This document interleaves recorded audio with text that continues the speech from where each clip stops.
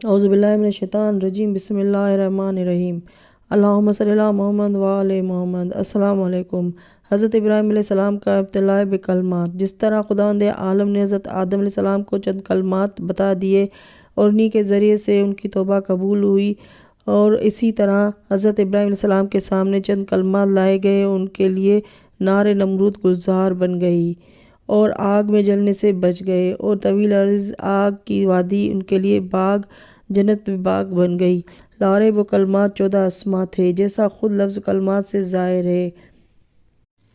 حدیث میں ہے کہ وہ 14 اسماء یہ ہیں: حضرت محمد مصطفیٰ صلی اللہ علیہ وآلہ وسلم، حضرت بی بی فاطمہ الزہرا سلام اللہ علیہا، حضرت علی بن ابی طالب، حضرت امام حسن مجتبیٰ، حضرت امام حسین شہید کربلا، حضرت امام زین العابدین علیہ السلام، حضرت امام محمد باقر علیہ السلام، حضرت امام جعفر صادق علیہ السلام، حضرت امام موسیٰ کاظم علیہ السلام، حضرت امام علی رضا علیہ السلام، حضرت امام محمد تقی علیہ السلام، حضرت امام علی نقی علیہ السلام، حضرت امام حسن عسکری علیہ السلام، اور 14 حضرت امام محمد مہدی آخر الزماں عجل اللہ فرجہم۔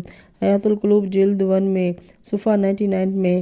پھر اس لفظ کلمات میں 5 حروف ہیں، جن میں حسب قاعدہ صرف ایک ہی مونس ہے اور وہ تے ہے، اور 14 معصوموں میں بھی صرف ایک ہی مونس ہے اور وہ فاطمہ الزہرا سلام اللہ علیہا ہے۔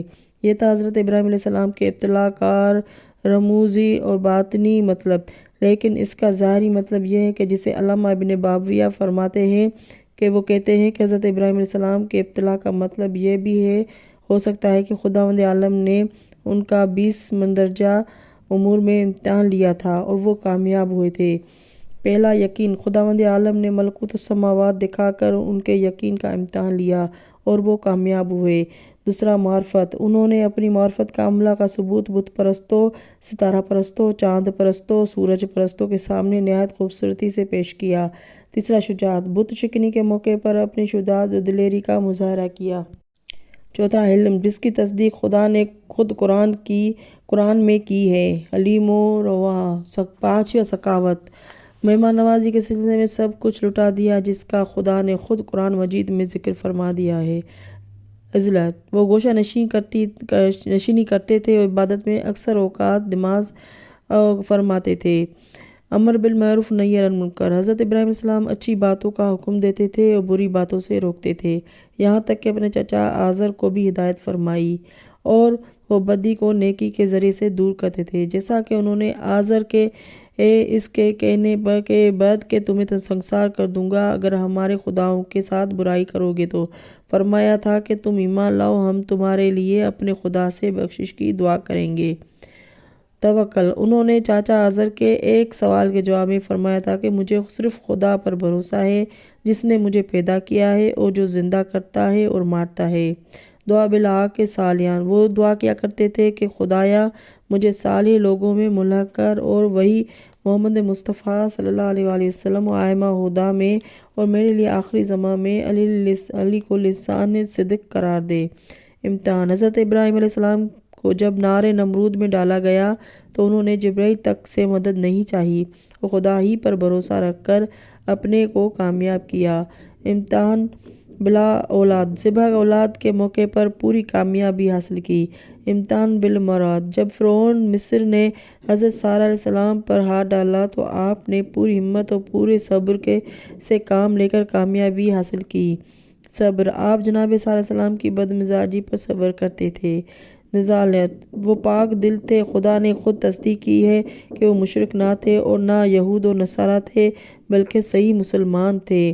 لاۃ۔ وہ ہر قسم کے اطاعت کیا کرتے تھے اور اپنے کو اول مسلمین فرماتے تھے، اور وہ ہر حکم میں انقیاد و اطاعت کرتے تھے اور خدا کے سامنے اپنے کو ذلیل ترین مردم سمجھتے تھے۔ مستجاب دعوات۔ وہ جو دعا کرتے تھے ان کی دعا مستجاب ہوتی تھی، حتیٰ کہ مردوں کو زندہ کرنے کی دعا بھی قبول ہوئی۔ تصدیق خدا۔ خداوند عالم نے ان کے صالح ہونے کی تصدیق کی ہے اور فرمایا ہے کہ وہ دنیا میں صالح ہیں، آخرت میں صالحین محمد و آل محمد صلی اللہ علیہ وآلہ وسلم کے ساتھ ہوں گے۔ اور 20واں، اقتداء۔ تمام پیغمبروں کو خدا نے ابراہیم علیہ السلام کی اقتداء کا حکم دیا ہے اور سب ان کی پیروی کرتے رہے اور ان کے دین پر چلتے رہے۔ تاریخ طبری میں ہے کہ خداوند عالم نے جب کلمات کے ذریعے سے امتحان لے لیا، انہیں بحر نہج کامیاب پایا تو فرمایا جاعلک للناس اماما، میں نے تمہیں لوگوں کا امام بنایا۔ سن کر ابراہیم علیہ السلام نے عرض کی مالک ومن ذریتی، اور میرے ذریت میں بھی امام ہوں گے؟ فرمایا بے شک ہوں گے، لیکن لا ینال عہد الظالمین، لیکن میرا یہ عہد امامت میری طرف سے ظالموں کو نصیب نہ ہوگا۔ اللہم صلی علی محمد وآل محمد وعجل فرجہم اجمعین۔ حضرت امام سلبی نے بروایت حضرت ابوذر علیہ رحمۃ اللہ سے لکھا ہے کہ حضرت ابوذر نے ایک دن رسول خدا صلی اللہ علیہ وآلہ وسلم سے پوچھا کہ خدا نے کتنی کتابیں نازل کی؟ ارشاد فرمایا 100 صحیفے، 4 کتابیں نازل فرمائیں، آدم پر 10 صحیفے، شیس پر 50 صحیفے، ادریس پر 30 صحیفے، ابراہیم پر 10 صحیفے، موسیٰ علیہ السلام پر توریت، عیسیٰ علیہ السلام پر انجیل، داؤد علیہ السلام پر زبور اور مجھ پر قرآن نازل فرمایا۔ ابوذر نے پوچھا کہ حضرت ابراہیم علیہ السلام کے صحیفوں میں کیا تھا؟ آپ نے فرمایا کہ آتائی امثال تھے، اس میں یہ تھا کہ اے میرے بندے، میں نے تجھے ملک دیا، بادشاہ بنایا، فرما روائی عطا کی، لوگوں پر مسلط کیا۔ اے غرور، تجھے اس لیے یہ کچھ نہیں دیا کہ تو مال و دنیا جمع کرے، بلکہ اس لیے دیا ہے کہ تو میری جانب سے مظلوم کی داد رسی کرے، اس لیے کہ میں خود ان کی دعوت کو رد نہیں کرتا، چاہے وہ کافر ہی کیوں نہ ہو۔ وَعَلَى الْعَاقِلِ وَمَا لَمْ يَكُنْ مَغْلُوبًا عَلَىٰ عَقْلِهِ، عاقل پر یہ فرض ہے جب تک اس کی عقل سالم ہے، اپنے دن کو 4 حصوں میں تقسیم کرے، ایک حصے میں عبادت کرے، دوسرے میں صنعت باری میں تفکر کرے، تیسرے حصے میں اپنے نفس کا محاسبہ کرے، چوتھے حصے میں طلب معاش کرے۔ نیز یہ کہ عاقل پر یہ فرض ہے کہ اپنی رحلت سے پہلے زاد آخرت مہیا کرے اور حلال روزی پیدا کرے، غیر حرام سے لذت حاصل کرے۔ نیز یہ کہ عاقل کو چاہیے کہ حالات زمانہ پر ناظر رہے اور اپنی حیثیت کو پہچانے، اپنی زبان پر قابو رکھے۔ اللہم صلی علی محمد وآل محمد وعجل فرجہم۔ ناظرین، میری ویڈیو اچھی لگے تو لائک اور سبسکرائب کر لیں۔ اگلی ویڈیو تک کے لیے اللہ حافظ۔